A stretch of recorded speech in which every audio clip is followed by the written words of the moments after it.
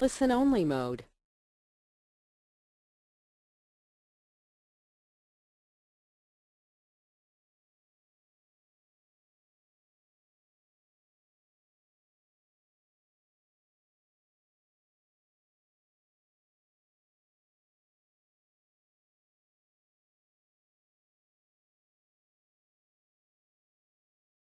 That I selected, and the fact that so many of you are interested in the Family Medical Leave Act. Today's webinar will be 1 hour, and my objective is to educate you and provide overall knowledge about this Federal Family Leave Act, and then of course discuss several complicating factors. As you'll see, sometimes the FMLA is not only so much about a simple set of scenarios, but often the questions I get are very unique scenarios that are specific to either your industry or the person's job or the type of work that the individual is doing. In fact, I received, I want to thank you, several of you, for emailing me questions in advance, many of which I will try to cover and incorporate into the topics as I discuss them. If I don't answer your question, I apologize. I did get a question just about an hour ago and think I've been able to incorporate the answer into the webinar today. I also just wanted to give a short disclaimer that if you are not a client, then this is not legal advice. Even if you are a client, this is not legal advice.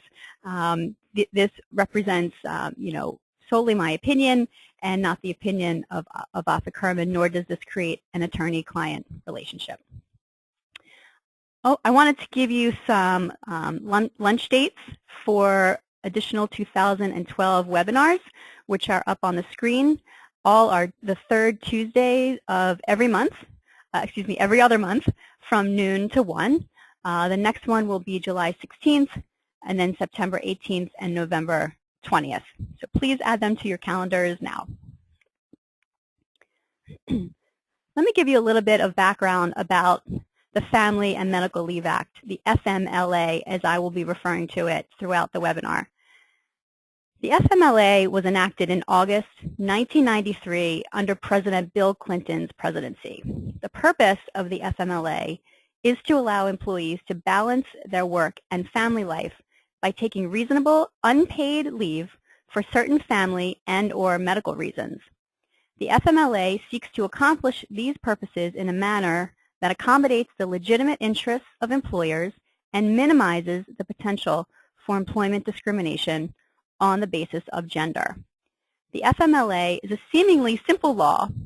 An employee is allowed up to 12 weeks of job-protected leave to care for themselves or for a family member. But the Act has been litigated over the years in many federal courts and courts of appeals and the U.S. Supreme Court, prompting the legislature to amend and also clarify some of the provisions.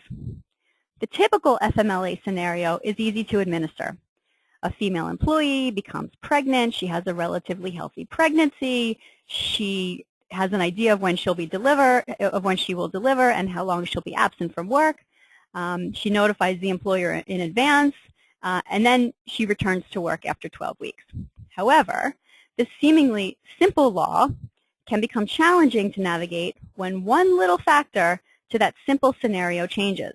For example, what if that same pregnant employee has complications while delivering her child? What if the child is born with an illness and the employee wants to take extra time off from work? What if her husband is also your employee? How much time do they both get together combined? What if there's a downturn in the economy and your company has decided to lay off half of its workforce and the employee who just delivered that baby and is on FMLA leave has the least amount of seniority? How much protection does the FMLA provide? Fortunately, over my years of representing companies, I've encountered many unique FMLA situations, and I plan to share as many of those unique situations with you as I can so that perhaps you will know what your rights and responsibilities are as an employer administering the FMLA. Before we get started, let me answer a question I received in advance from a client who sent me an email last week. She is an HR manager for a mid-sized company in Maryland. I happen to know the owner of the company who's a very generous man and takes a genuine interest in the well-being of each of his employees. Her question was, the FMLA provides only 12 weeks of job-protected leave. What if the company is willing to give an employee more time? The answer to that question is that there is nothing in the law that prevents an employer from being more generous, from offering more time off, or for paying the employee during his or her entire absence. The FMLA needs to be viewed as a floor, and the ceiling is dependent on the employer. But consistency is key. The one caveat to an employer who works, the one caveat to an employer who wants to be more generous with certain employees over others is that such favoritism could be interpreted as discrimination.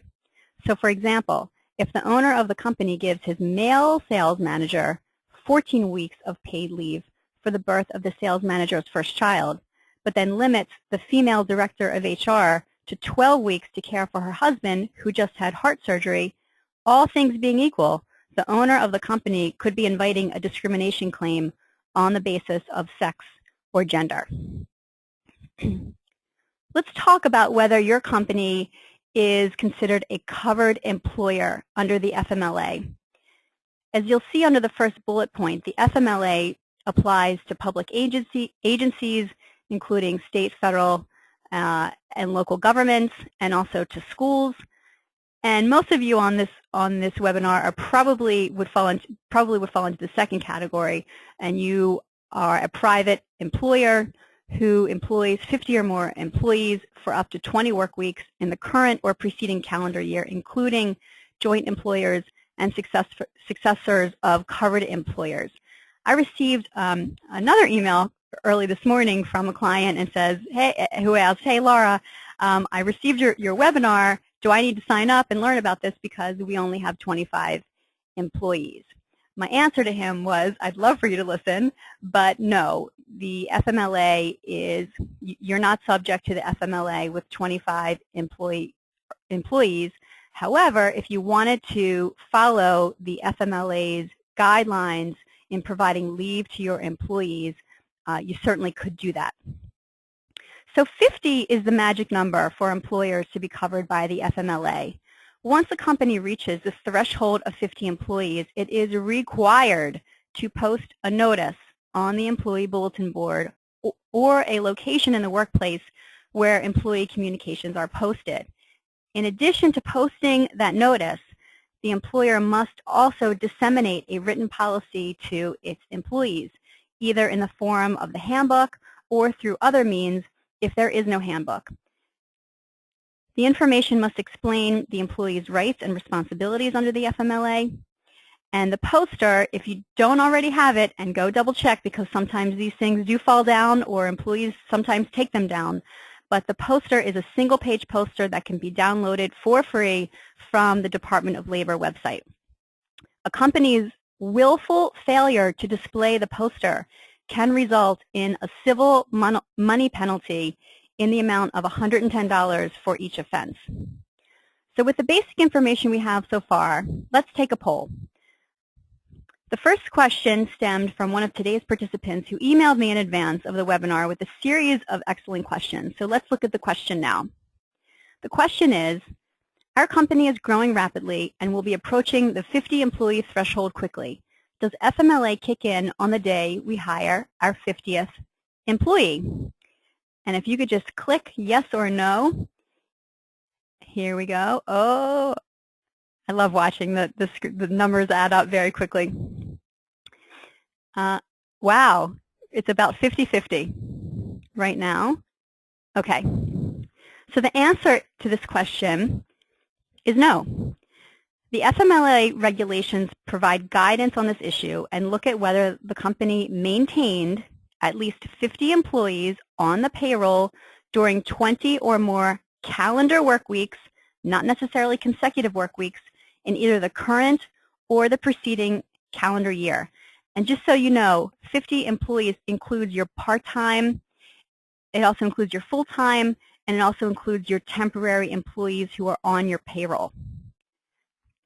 Now, once the employer meets the 50 employees / 20 work weeks threshold, the employer remains covered until it reaches a future point where it no longer has employed 50 employees for 20 work weeks in the current and preceding calendar year. So for example, if an employer who met the 50 employees/20 work weeks test in the calendar year as of September 1st, 2011, and then subsequently dropped below 50 employees before the end of 2011, and continued to employ fewer than 50 employees in all work weeks throughout the calendar year 2012, the employer would continue to be covered throughout calendar year 2012 because it met the coverage criteria for 20 work weeks of the preceding 2011 calendar year.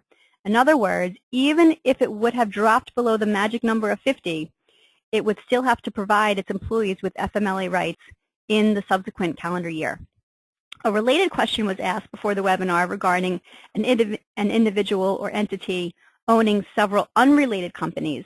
In other words, if a single company owns 2 or 3 different companies, each with separate employee identification numbers, will all companies be required to comply with the FMLA by adding the total aggregate of employees of the separate companies together? Or are the employees of the individual companies counted separately? The answer can be found in the regulations. And really, a lot of these answers are, it depends on the relationship between the entities. So where one corporation has an ownership interest in another corporation, it is a separate employer unless it meets either the joint employment test or the integrated employer test. So without getting overly technical, a joint employer is where 2 or more businesses exercise some control over the work or the working conditions of the same employees or over the same employee or employees. Joint employers may be separate and distinct entities with separate owners, managers, and facilities. However, where the employee performs work which simultaneously benefits 2 or more employers, or works for 2 or more employers at different times during the work week, a joint employment relationship generally will be considered to exist in those situations. So let me give you some examples, which I find examples always help clarify a lot of this, these legal definitions. But let me give you some examples of a joint employer relationship. So one is where there is an arrangement between employers to share an employee's services or to interchange employees, such as in a restaurant, where one server can work at Fridays and then can also work at Ruby Tuesdays, also at a beauty salon, or at brother-sister private schools, where some of the employees are considered interchangeable and can essentially pick up shifts or substitute for each other. Another example is where the employers are not completely disassociated with respect to the employee's employment and may be deemed to share control of the employee directly or indirectly. An example of joint employment will ordinarily be found to exist when, for example, when a temporary placement agency supplies employees to a second employer. The determination of whether or not a joint employer relationship exists is not determined by the application of any single piece of criteria, but rather the entire relationship, which is viewed in its totality. So factors that are considered are such as who directs or controls the employee, who pays the employee, who sets the employee's work hours, who has control over the employee's working conditions, who provides the employees with workplace policies, etc. The next part of the test is the integrated employer test. And separate entities will be deemed to be parts of a single employer for purposes of the FMLA if they meet the integrated employer test, such as having common management, there being an interrelation between operations of the company, purchasing, manufacturing, packaging, shipping, invoicing, collections, whether there is a degree of common ownership or financial control, or etc. Moving on. Let's talk about employees' eligibility for FMLA leave. To be eligible for FMLA leave, an employee must work for a covered employer, which we just talked about. They also must have worked for an employer for at least 12 months and have worked at least 1,250 hours in the past 12 months. And really, a full-time employee working 40 hours a week is 2,080 hours. This only requires that someone work 1,250 hours, so about half. And that equates to part-time or intermittent work averaging about 25 hours a week. It's the employer's burden to track hours worked and the eligibility criteria. So for an example, if an employer wants to deny the employee FMLA leave based on not having worked the requisite number of hours in the last 12 months, the employer must be able to demonstrate it if challenged because the employer has the burden. Next, let's talk about the requirement that the location have at least 50 employees at the same location or within 75 miles of that location. So what if a company has 60 employees in 3 different locations? So let's say they have 30 employees at their manufacturing site in Baltimore. They have another 10 employees working in the warehouse 2 miles away. Okay, so that's a total of 40 employees within 2 miles of each other. But then let's say they have a second warehouse with 20 employees in North Carolina. In that case, while the total number of employees is met, they have 60 total, they don't have 50 within a 75-mile radius. Therefore, no one in the workforce is eligible for FMLA protection. This question has come up before, and the question is, how is 75 miles determined? And the answer is found in the FMLA regulations, which state that the distance is measured by surface miles using surface transportation over public streets, roads, highways, or waterways using the shortest route. So it is not as the crow flies, as they say, but rather if you do a MapQuest calculation online, that could be evidence of what is the shortest route. Let's talk about leave entitlement. A covered employer must grant an employee up to a total of 12 work weeks of unpaid leave for these following criteria.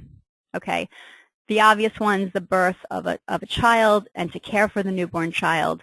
Next, for placement of a child for adoption or foster care, to care for an immediate family member with a serious health condition, or for the employee to care for his or her own serious health condition. The regulations state that an employee is entitled to 12 weeks of unpaid leave in any 12-month period. But how do you measure a 12-month period? Do you measure based on the calendar year, a fiscal year, a rolling year, or what is fair? The FMLA regulations permit the employer to choose its own definition of the 12-month period. So it can choose a calendar year, for example, say January through February. And the employee would be entitled to 12 weeks of unpaid leave during any time of that calendar year as long as the employee is eligible. Another option is to pick a fixed 12-month leave year, such as using a fiscal year, a school year, or a year starting on an employee's anniversary date. Another option to measure the calendar year is to use a 12-month period measured forward from the date of an employee's first FMLA leave. Another option is to use a rolling 12-month period measured backward from the date an employee last used FMLA leave. Most employers that I work with use the 12-month period either measured backward or forward based on the employee's last FMLA leave. It appears to be the fairest way to administer the eligibility. A company cannot mix and match which calendar year works as being more advantageous for the company or for the employee. So whichever method the employee uses for one employee must be used for all subsequent employees who use leave. So a question has come up about, now FMLA leave is, as we know, it's unpaid. But what do we do with the paid time off that the employee has accrued? Answering that question, you need to address how to handle that based on your written policies. Most companies that I work with require employees to use paid and unpaid leave concurrently at the same time. What can happen is that an employee may go out on an unpaid leave of absence for 12 weeks, and then when the 12 weeks is over and they're ready to return, they call the employer and say, oh, well, now I'd like to use my 4 weeks of vacation and stay out for another 4 weeks of leave. What happens in that case is that the employer is left scrambling to cover the employee's duties longer than anticipated.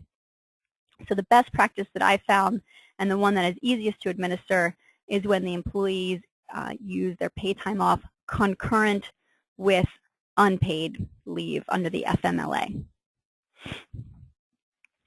Next, let's talk about the notice requirement.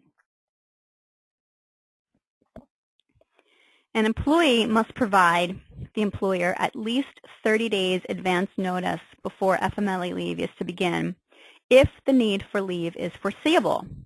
If 30 days notice is not practicable, such as because of a lack of knowledge of approximately when leave will be required to begin, for example, a pregnant employee is placed on immediate bed rest, or there's a change in circumstances, say someone goes in to have a stress test on his heart and all of a sudden has to have emergency surgery.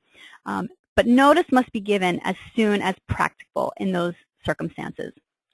An employee shall provide at least verbal notice sufficient to make the employer aware that the employee needs FMLA qualifying leave and the anticipated timing and duration of the leave.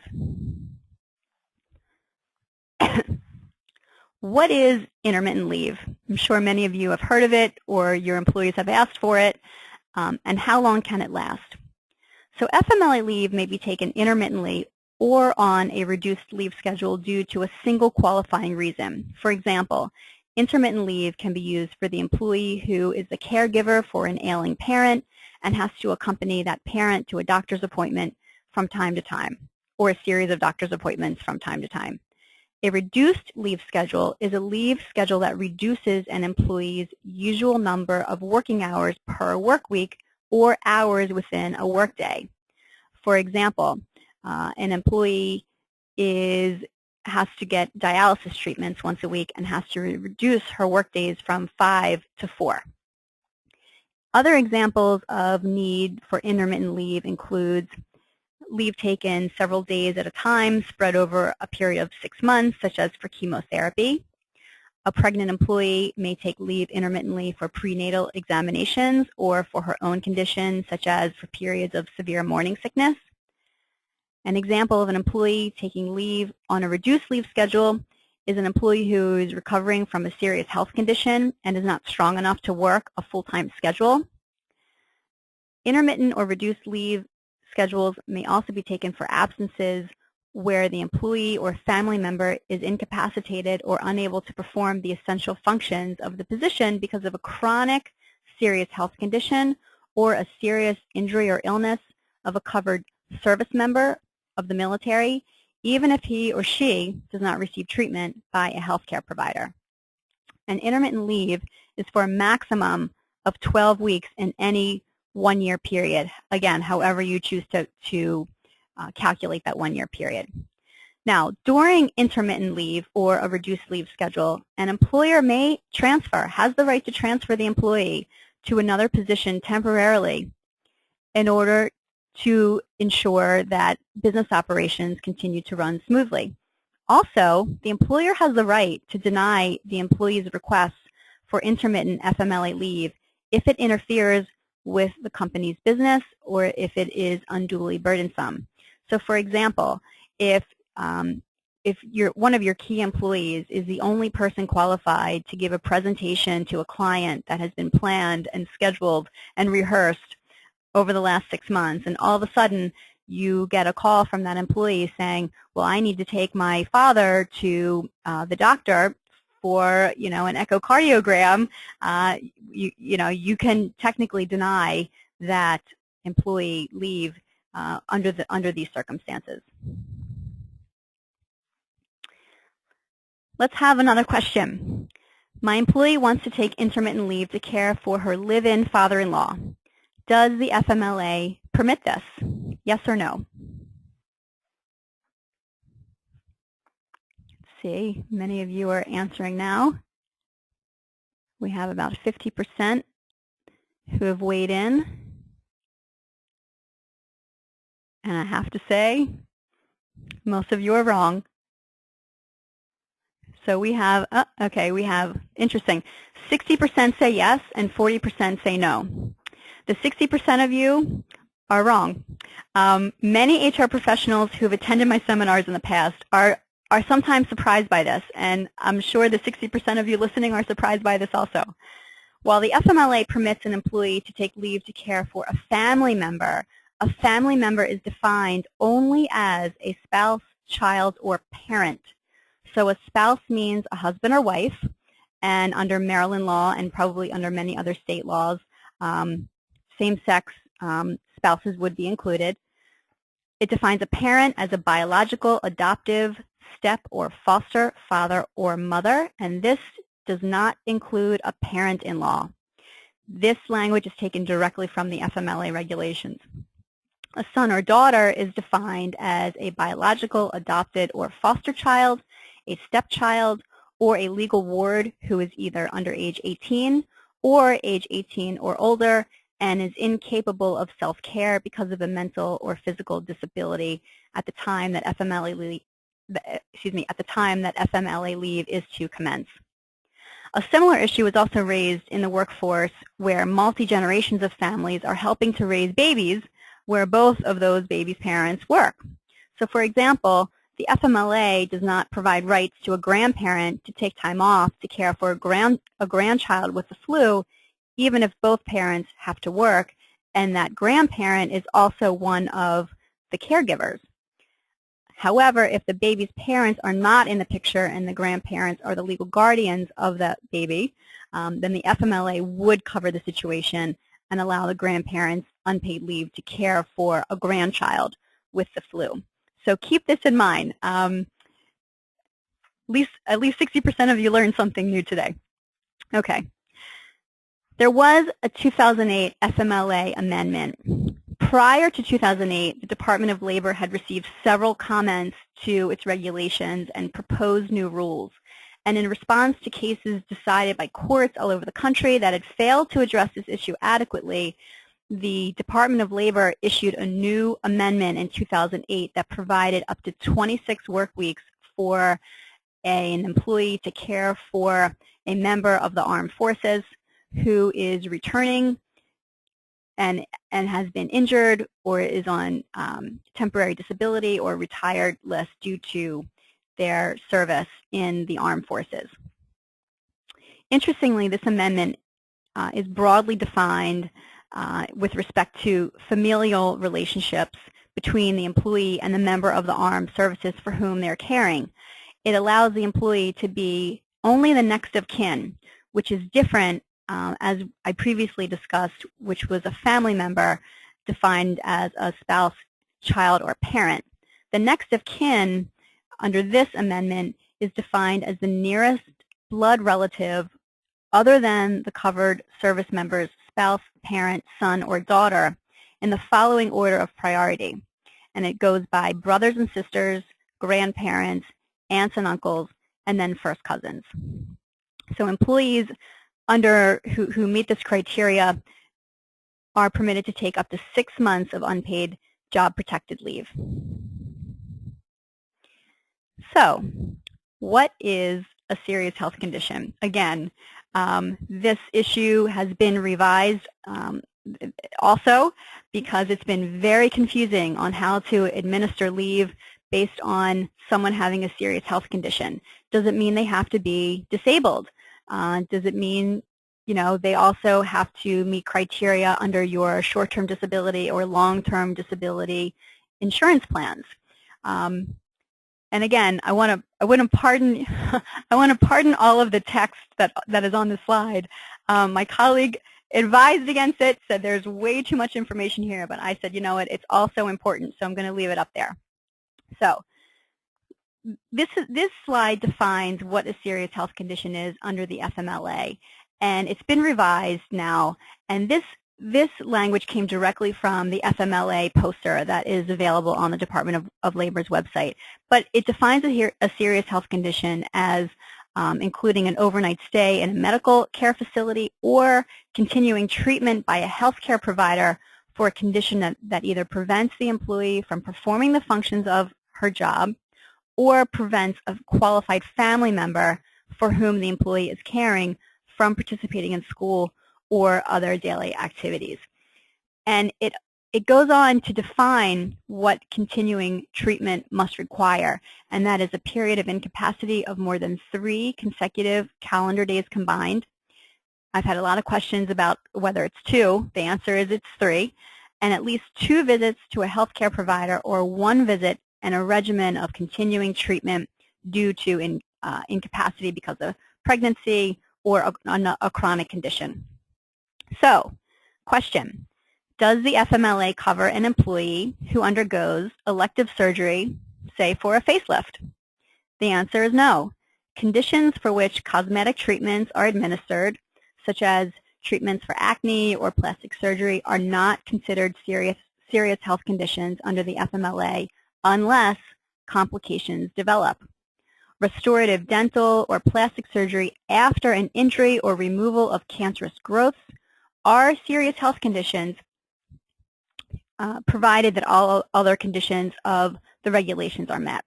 Additionally, unless complications arise, the following are not serious health conditions. Again, the common cold, the flu, earaches, upset stomachs, minor ulcers, headaches other than migraines, routine dental or orthodontia problems, periodontal disease.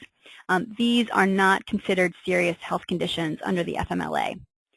Now, I've been asked questions about what about allergies? What about those that have severe allergies?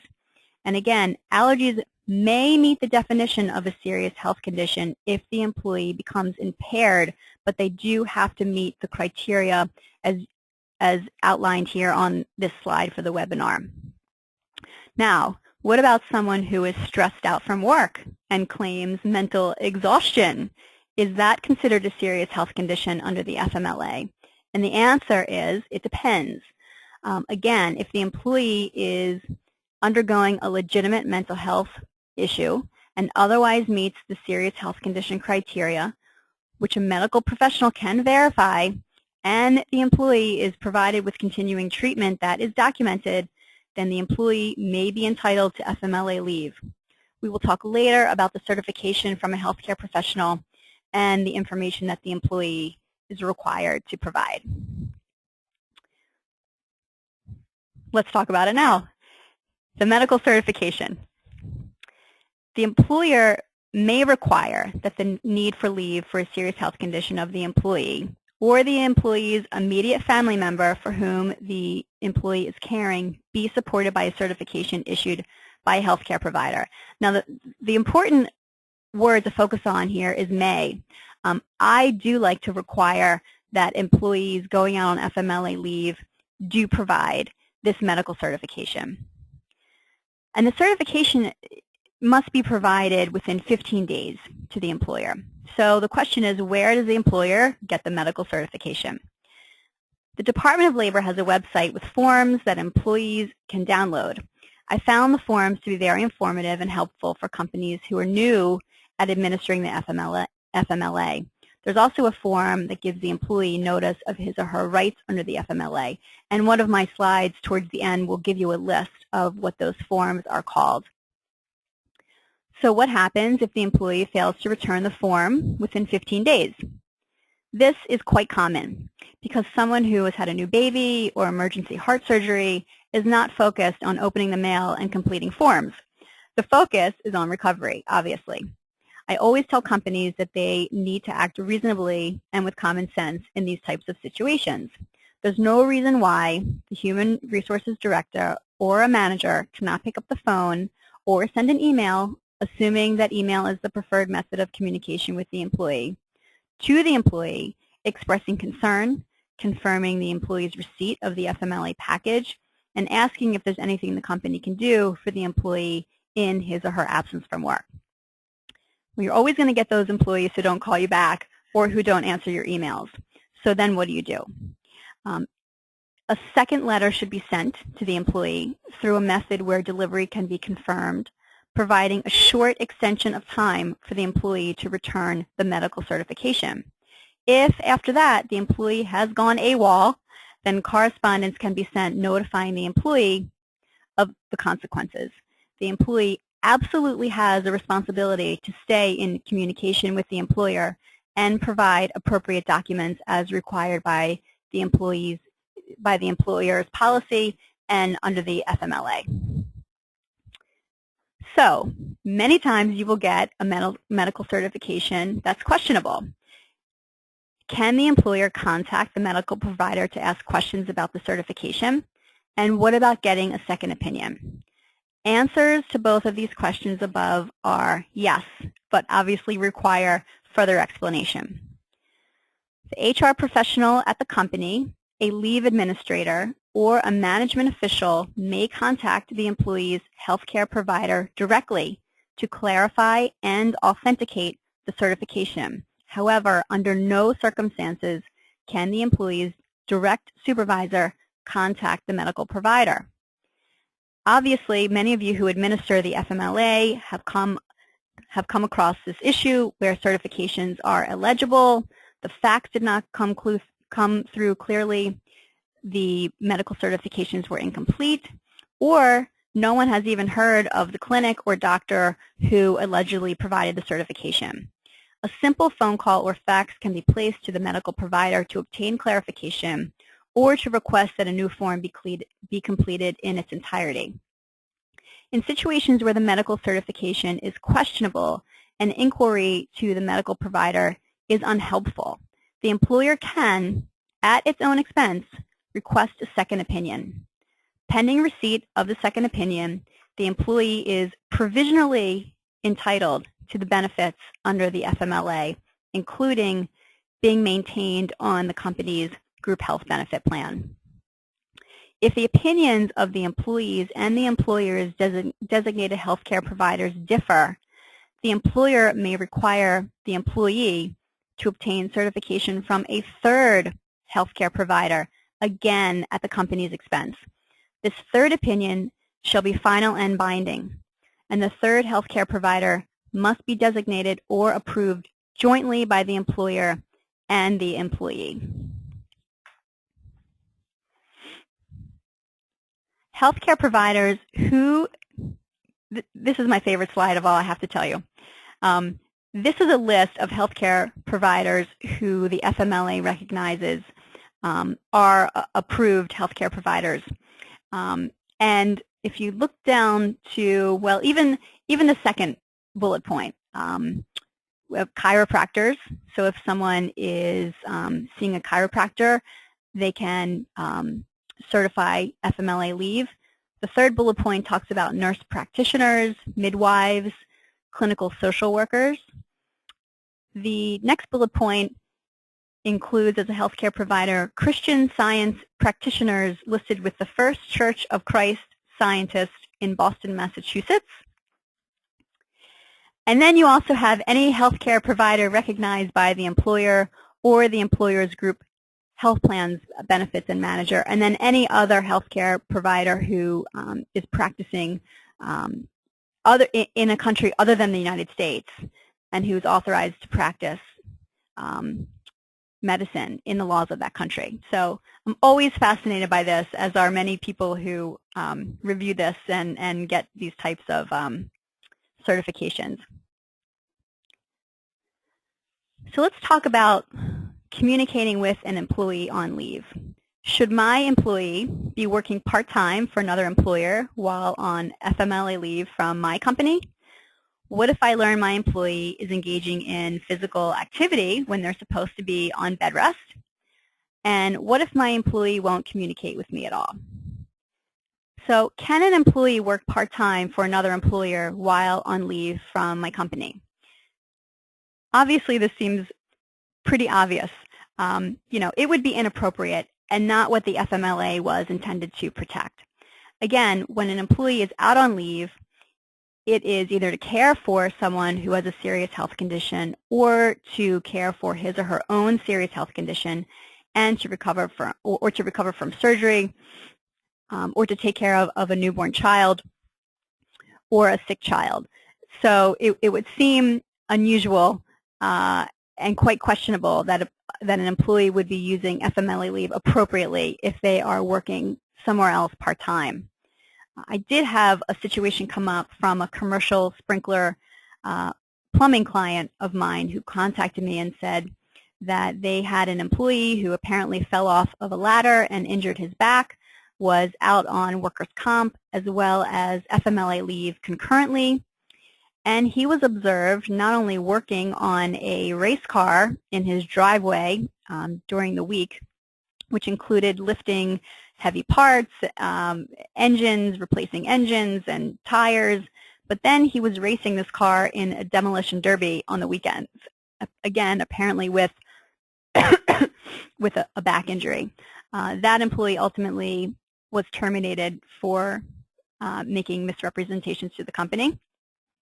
I had another client recently who was a marketing and public relations employee, and she was, while she was employed full-time, setting up her own consulting business on the side so she could work during her maternity leave. She also happened to be terminated, but again, she was ultimately terminated for competing against her employer. And then this is a different situation. I had a client contact me a few years ago because he had an employee who was an advertising executive, and she was out on FMLA leave after she had just given birth to her child. However, while she was out on leave, she was required to participate in several conference calls, listen in and participate in several meetings via telephone or Skype. And at the end of her leave, she resigned and then wanted to be paid for the work that she was doing while she was on FMLA leave. And the client asked me, well, she was on leave, why do we have to compensate her? And ultimately we looked at the issue, and as it turned out, she was working a considerable amount of time during her FMLA leave when she should not have been working. So be careful, particularly if many of you have key employees who you don't want to miss a meeting, or you want to, have them weigh in or participate in meetings or conference calls or stay abreast by checking their emails, or maybe even coming in for a meeting. Just make sure that that's not happening too often. I think generally, occasionally, and for short periods of time, it's okay, but FMLA leave is for the employee to be off work and not be burdened with requirements and stress and physical activities that are required in the workplace. Now, if your employee fails to communicate with you at all, and the company has exhausted all reasonable efforts to contact the employee, and again, reasonable efforts would not include knocking on his or her front door, then you can deem the employee to have abandoned his or her job. Again, the employee has a duty to communicate during his or her absence, or at least have a designated person to do so if he's unable to do so. So let's talk about job restoration. Upon return from FMLA leave, an employee must be restored to his or her original job or to an equivalent job. So an equivalent job is one that is virtually identical to the employee's former position in terms of pay, benefits, working conditions, which includes privileges, perks, and status. It must involve the same or substantially similar duties and responsibilities, which must entail substantially equivalent skill, effort, responsibility, and authority. I had a client contact me not too long ago about reinstating a nurse who went out on FMLA leave, before which she was working the day shift. Well, they wanted to return her to work, but they wanted to put her on the night shift because they found that they had hired someone temporarily to work the day shift, and this employee was getting along a lot better with the coworkers than the employee who went out on FMLA leave. So they wanted to restore her, but put her on a different shift. They wanted to put her on the night shift, and they thought that by increasing her pay and increasing her pay and decreasing the number of work hours that she would have to put in, that that would be a perk for her, and she would go for it, basically. They were trying to dodge a bullet and not have to put her back.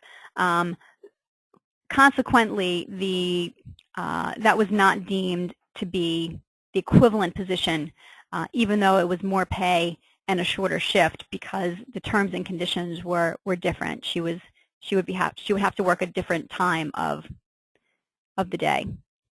Let's have another poll. What if the employee can return to work but cannot perform his or her same job duties? What do you do?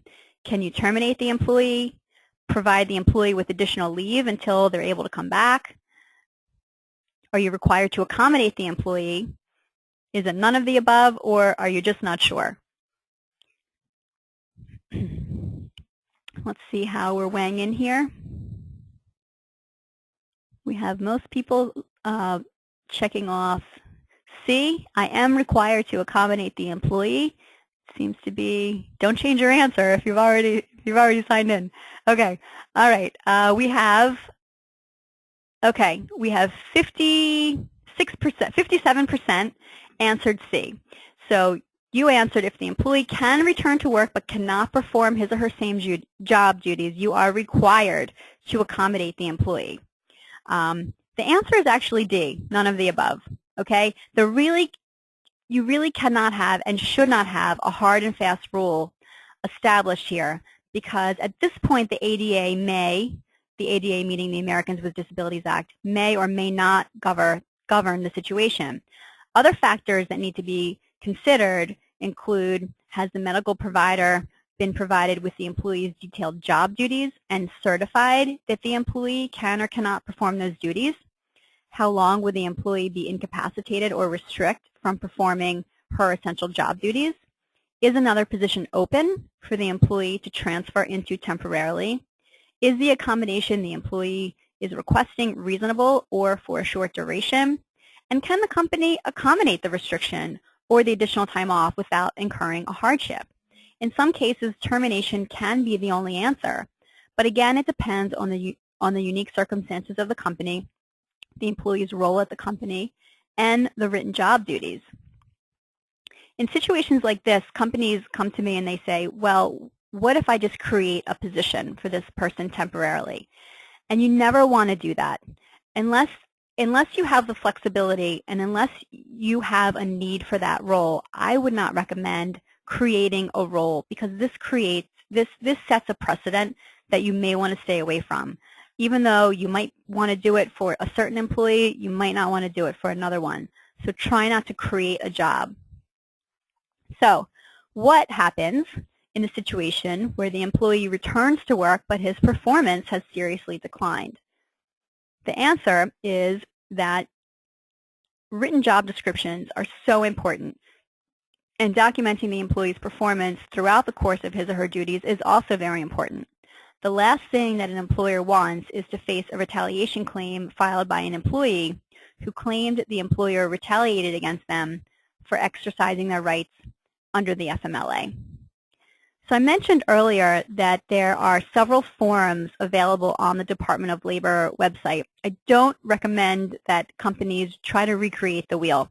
The Department of Labor, I must say, took a lot of time to put together these particular forms that follow the requirements under the regulations and talk about what certification, what information the healthcare provider needs to provide in the certification.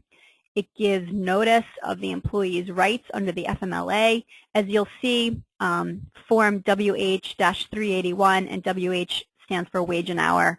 WH-381 is a mandatory notice. So that type of notice, that exact notice, should probably be going out in correspondence to your employees who have started FMLA leave or who have given you notice of their anticipated need for FMLA leave. Now, I received some questions right before the webinar, and since we have a little bit of time, I want to go ahead and answer those for you. So one of the questions was, my employee was allegedly injured on the job and is out on workers' comp. does FMLA leave apply to, and how do I notify the employee who is already out on workers' comp? The answer is yes.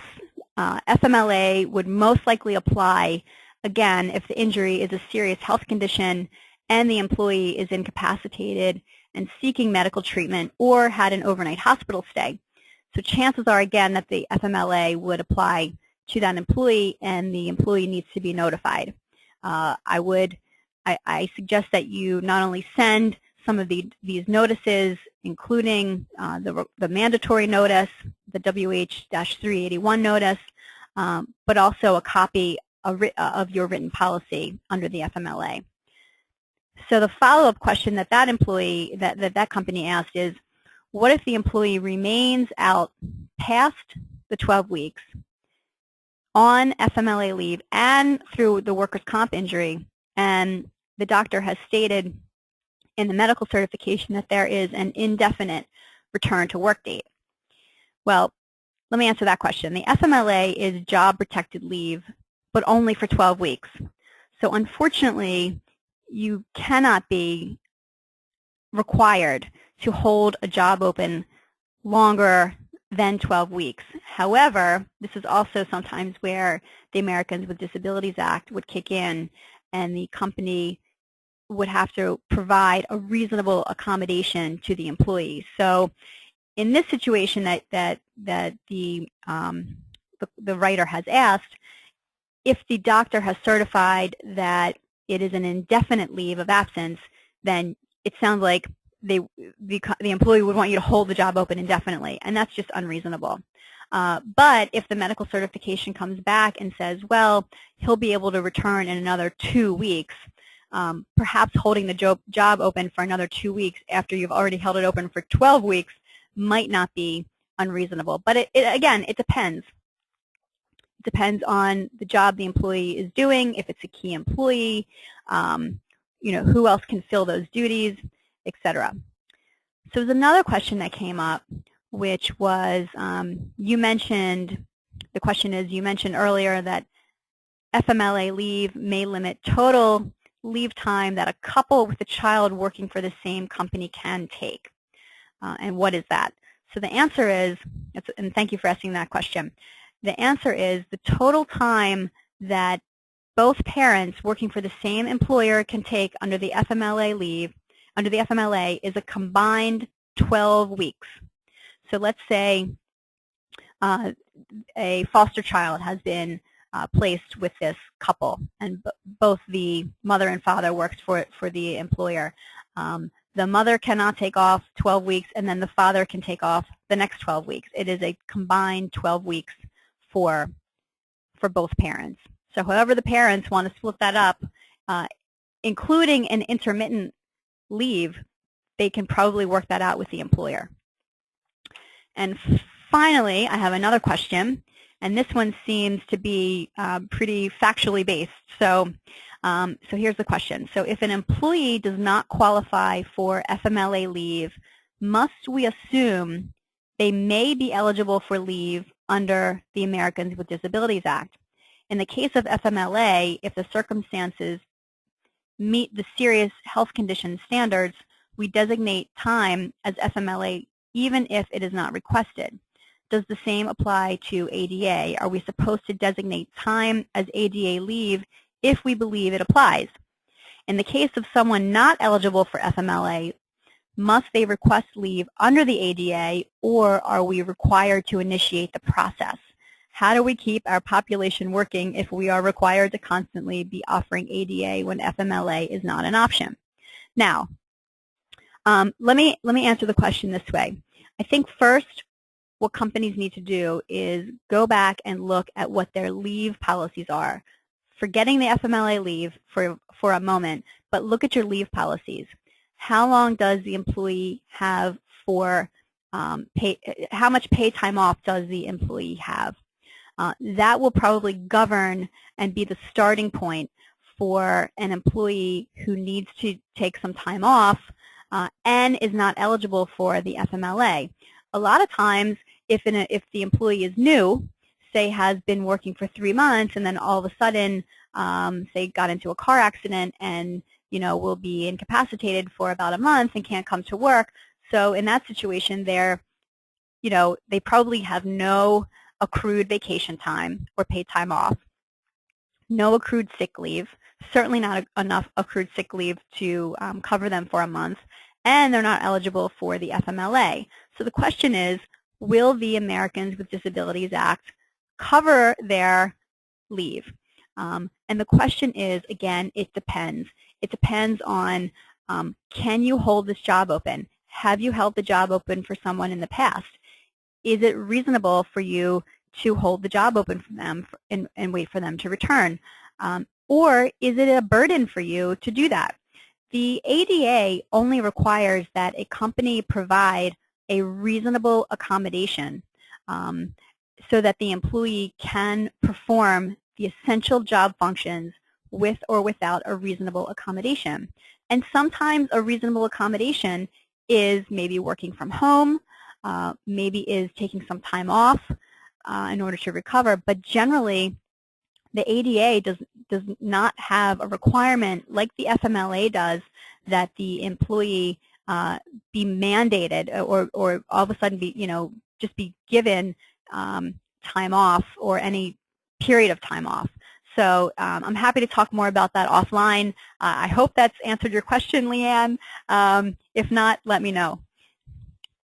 So I wanted to remind you about the 2012 Legal Lunch with Laura lunch dates. Oh, I'm sorry. We have some more questions. Question, are we sending the slides to the participants? Oh, yes, we are. Slides as well as the video, which doesn't include me, so you can't see me talking. Yeah, you should be thankful for that, is available on Afik Herman's website, as well as the last webinar that we talked about, where the question is, for intermittent leave, is it unreasonable for someone to say they need to be off for a week or more at a time because their condition requires it? In this case, should it be a block leave? Okay, so the question is, for intermittent leave, is it unreasonable for someone to say they need to be off for a week or more?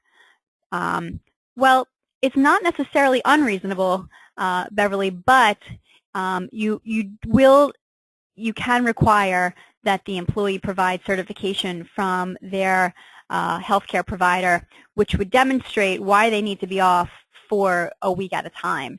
Now, if they're getting, say, a treatment on a Monday, and they'll need the rest of the week to recover from that treatment, then certainly that would be reasonable. But again, I would base your decision on the medical certification and not necessarily just what the employee tells you.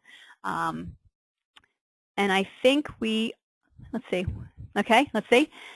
Here we go. Next question. Can we question the credentials of the doctor? For example, should a general practice doctor say that someone suffers from clinical depression? Again, that's a very good question. It depends. I think, as I mentioned, you can have either one of your HR professionals, a member of management, or the owner of the company contact the medical provider to seek clarification about the certification.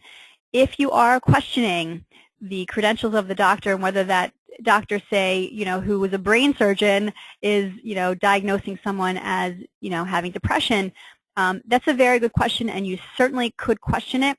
You also could, at the company's expense, request that the employee undergo a second opinion, and you would get to choose who that doctor was.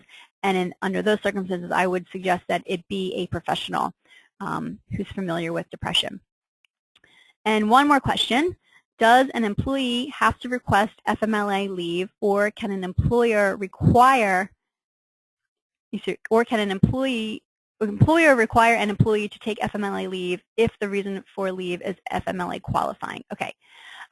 So does an employee have to request FMLA leave, or basically can the employer kind of recognize that it appears to have fallen under FMLA leave and then designate it as FMLA leave? I think that's what your question is. Javeda, how are you? If there's enough information that the employee has provided, then you can designate it as FMLA leave and have the employee fill out the medical certification.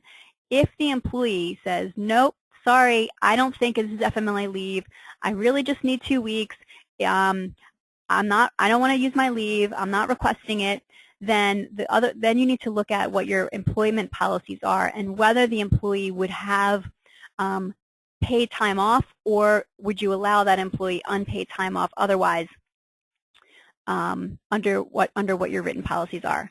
So we have many more questions coming in, but we are out of time. So I just wanted to again remind you of the lunch updates. The next lunch with me will be Tuesday, July 17th. Have it wrong. Tuesday, July 17th. Thank you. And my plan is to bring in a guest, a friend of mine who works at an insurance company, to talk about the different types of insurance policies that employees should have to help defray the costs of defending harassment and discrimination claims and wage and hour lawsuits under the FLSA. So I've had a preliminary meeting with him. There are a lot of questions to be answered, whether companies should have coverage, whether they shouldn't have coverage. Oftentimes, companies will say it's too expensive, or I don't need coverage because my employees, I treat them well and they've all worked for me for a long period of time, and that's usually when the company gets blindsided and gets a lawsuit. So something to think about. Please look for an invitation to register for that free webinar on July 17th. And as always, your questions are welcome in advance. Thank you for your participation today, and I hope you've learned something worthwhile. Bye-bye.